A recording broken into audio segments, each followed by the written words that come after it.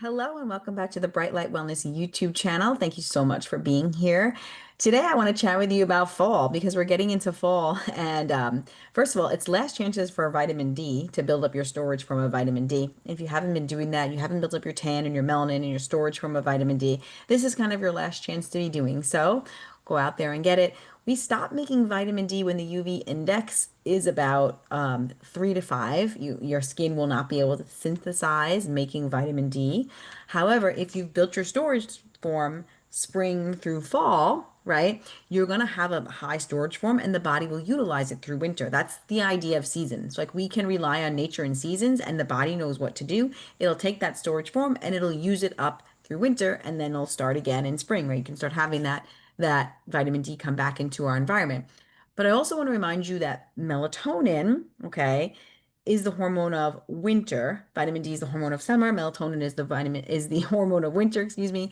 And that hormone actually binds to the vitamin D receptors. So if we're working on honoring darkness, cold, scarcity, and really, honoring the season of winter, we can make a ton of melatonin endogenously, not by a supplement, and we can then thus nature has a plan. We can use melatonin in place of vitamin D.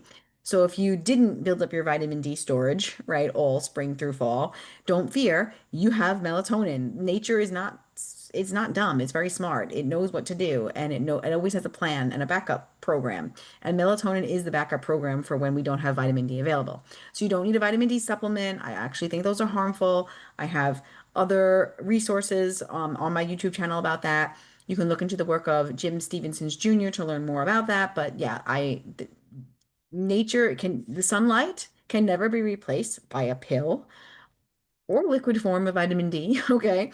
And the different metabolites that we get from the sun are so much more than just D3. And actually, the anti-cancer ones are in the sunlight, not really in the vitamin D. And we can have a toxic overload. And when it comes to um, making it from sunlight, that can't happen. Okay.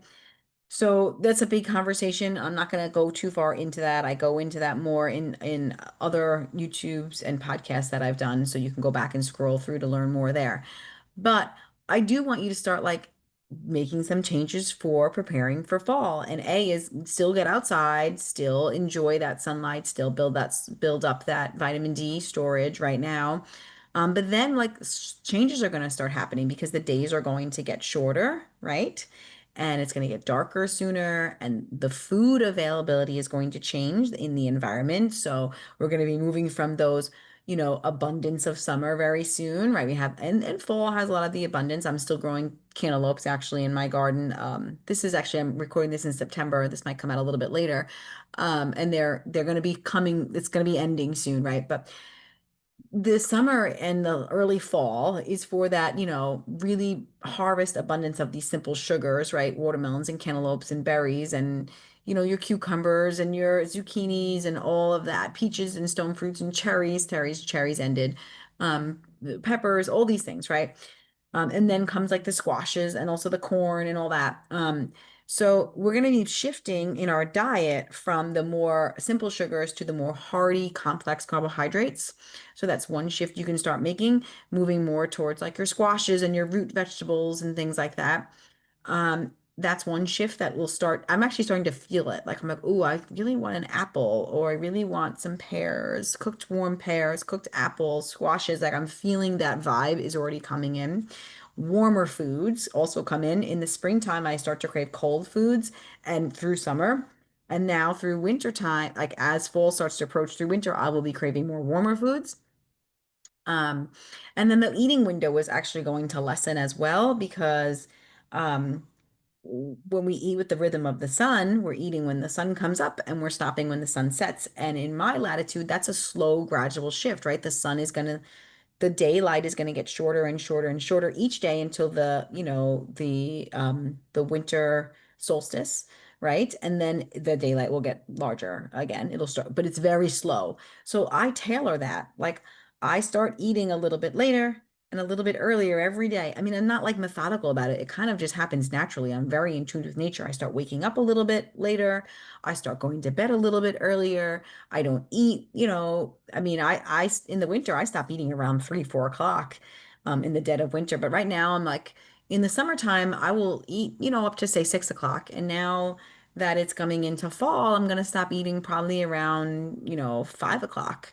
And then eventually I'll be stopping eating around 4, and then I'll stop eating around 3. Like it's a slow, gradual progression. And my body then gets some metabolic flexibility where it has to be able to burn some fat for fuel because there's a long period of time. I get a longer intermittent fast without food, right? I start hunkering down, getting darker earlier, going to bed earlier, sleeping more. There are lots of different shifts that I do during the winter time.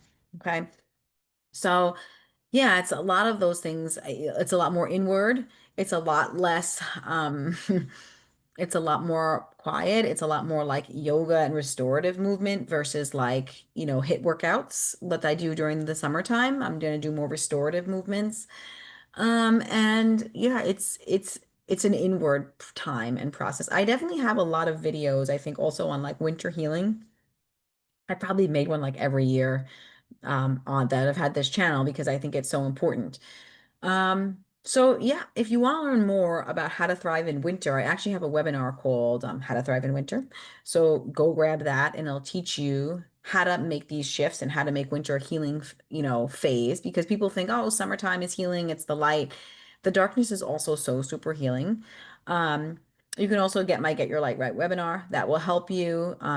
So those are two things you could do, or my Ancestrally and Seasonally Nourished webinar, which will teach you how to like shift with seasonal eating, how to shift with the seasons with your eating. So there's a lot of support I can give in those aspects just with webinars, but you can also, of course, book in with me one-on-one, either for nutrition, lifestyle. I'd have nutrition and lifestyle consults, one-to-one coaching. I have one-off coachings. If you just want to have like a one session, we can just book in. So if you have questions, you can come get me over there and learn more. But start thinking about making these shifts in your seasons, in your life that matches the seasons. Okay. I still go outside and honor the cold in the morning. I still go out any ground. I still spend a lot of time outside and utilize a lot of infrared and yeah, sauna and all the things during winter. So there's a lot of different things that we can do to support our bodies during winter. All right, I hope that's very helpful. If you want to learn more about how to thrive in winter, grab my How to Thrive in Winter webinar now so you can start learning this information and then applying it through winter. You can also get my Get Your Light Right webinar or my Ancestrally and Seasonally Nourished webinar. And you can also bundle those together if you want to get all my webinars together, which would include my cellular hydration one and my blue blockers one. So you can bundle all those webinars together and have a really comprehensive quantum circadian information right at your fingertips. All right, I hope that's helpful. Have an incredible day, and I will chat with you guys on the next video. Get outside while you still can.